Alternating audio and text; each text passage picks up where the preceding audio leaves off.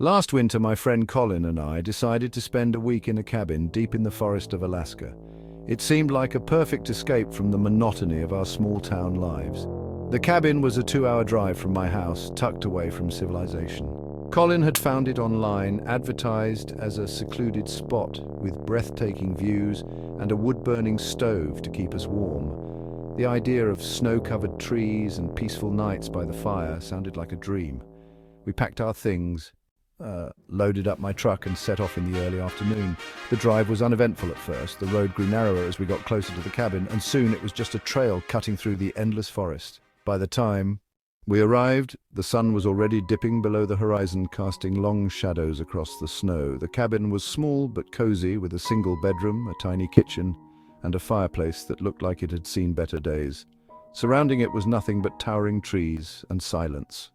After unpacking, we decided to stretch our legs and explore the area before it got too dark. The forest was eerily quiet, the kind of quiet that feels heavy, like the trees are listening. Our boots crunched through the snow as we followed a narrow path, winding between the pines. That's when we heard it. A scream. It was faint at first, just a distant cry carried by the wind. Colin and I stopped in our tracks, exchanging a nervous glance. Then it came again, louder this time and unmistakably human. It was the kind of scream that made your stomach twist, raw and desperate, like someone was in serious trouble. "We have to check it out," Colin said. "He was always braver than me, or maybe just more reckless." I wanted to turn back and pretend we hadn't heard anything, but I couldn't leave someone out there if We needed help. We followed the sound, our footsteps quick and uneven. The screams grew louder as we pushed deeper into the forest, and soon we spotted a faint light. Ahead it was a cabin, much older and more run down than ours. The windows were grimy and the roof sagged under the weight of the snow. The light inside flickered like it was coming from a fire or a lantern. As we crept closer, the screaming stopped. It was replaced by a low, muffled sound, like someone crying or gasping for air. Colin gestured for me to stay back while he approached the window. He wiped a small patch of frost off the glass and peered inside. I'll never forget the look on his face when he turned back to me, wide-eyed and pale as the snow around us. "There's a guy tied to a chair," he said, "and another man. He's wearing a mask, he's got a knife." I felt my heart drop, my legs turned to jelly, and for a second I couldn't move.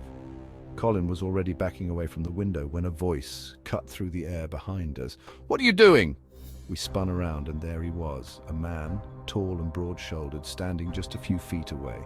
He was dressed in a heavy coat and boots, his face hidden in the shadows of his hood. I couldn't see his eyes, but I could feel them on us. Sharp and cold, neither of us said a word. Colin grabbed my arm and we bolted. The man shouted something, but I didn't stop to listen. The trees blurred past us as we ran, our breath steaming in the frigid air. I could hear the crunch of snow behind us, his footsteps heavy and relentless. Relentless, my lungs burned and my heart pounded so hard I thought it might burst. But I didn't dare look back. We reached our cabin and slammed the door shut, locking it with trembling hands.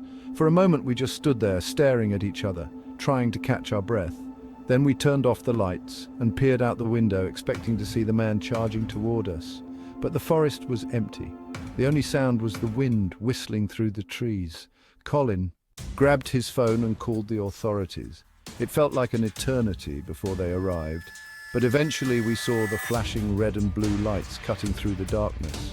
2 officers stepped out of their vehicle, their breath fogging up in the cold, as we hurried outside to meet them. We told them everything about the screams, the man tied up, the masked figure, and the guy who had chased us.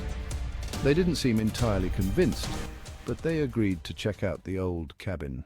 We led them back through the forest, our flashlights slicing through the shadows. When we reached the cabin, my stomach twisted. The place was empty. No light, no screaming, no signs of anyone. The door hung slightly ajar, creaking in the wind, and inside was nothing but an empty room with a dusty floor and a broken chair in the corner. The officers said they'd continue their search and told us to stay in our cabin for That night, we didn't sleep at all. I kept picturing the man in the mask, wondering if he was out there watching us too. Days later, the authorities called to let us know they had caught the men. They didn't give us many details, just that they had found both the masked man and the guy who had been tied up. The officer on the phone sounded uneasy, like there was more to the story he wasn't telling us. When I pressed him for answers, he simply said, "It's better if you don't." We left the cabin that same day, cutting our trip short. The forest no longer felt peaceful. It felt wrong, like it was hiding secrets we weren't meant to uncover. Even now, back at home, I can't shake the memory of that night. The screams, the masked man, the chase, it's all burned into my mind. Sometimes I wonder what happened in that cabin. Who were those men, and why was one of them being tortured? The authorities never told us, and maybe it's better that way. But every so often, when I'm lying awake at night, I think about that voice in the forest, low and cold, asking, "What are you doing?" Before we get into the next story, create a video using exactly this script and press the bell icon for upcoming scary stories. We need your support, so please share these stories with your friends and family. Thanks. It was January 2019, and I lived in a quiet neighborhood in California.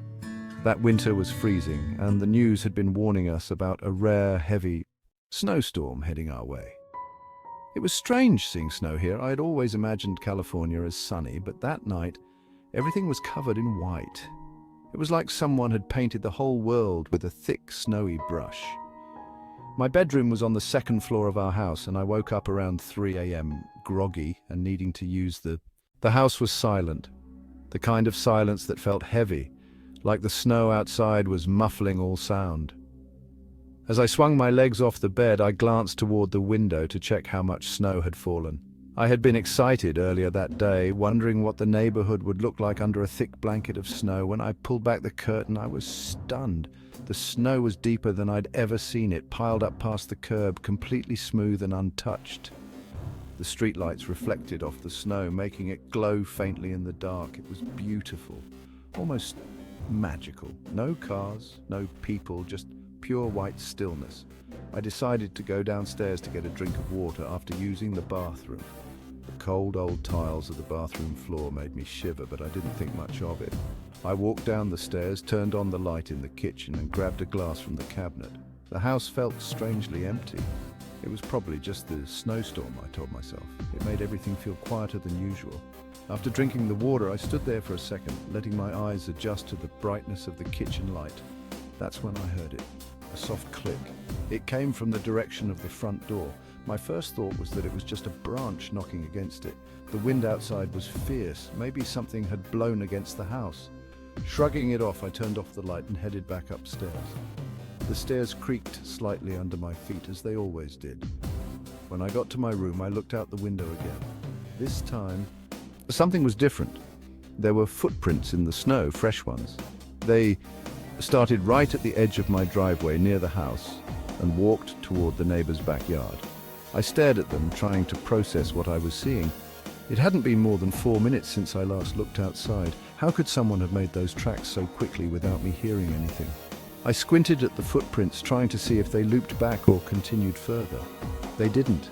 They just vanished behind the neighbor's house, as if the person had walked into thin air. A strange feeling washed over me, but I tried to push it aside. I told myself it was just some teenager messing around in the snow, maybe someone taking a shortcut to their backyard. It wasn't a big deal, at least that's what I kept telling myself.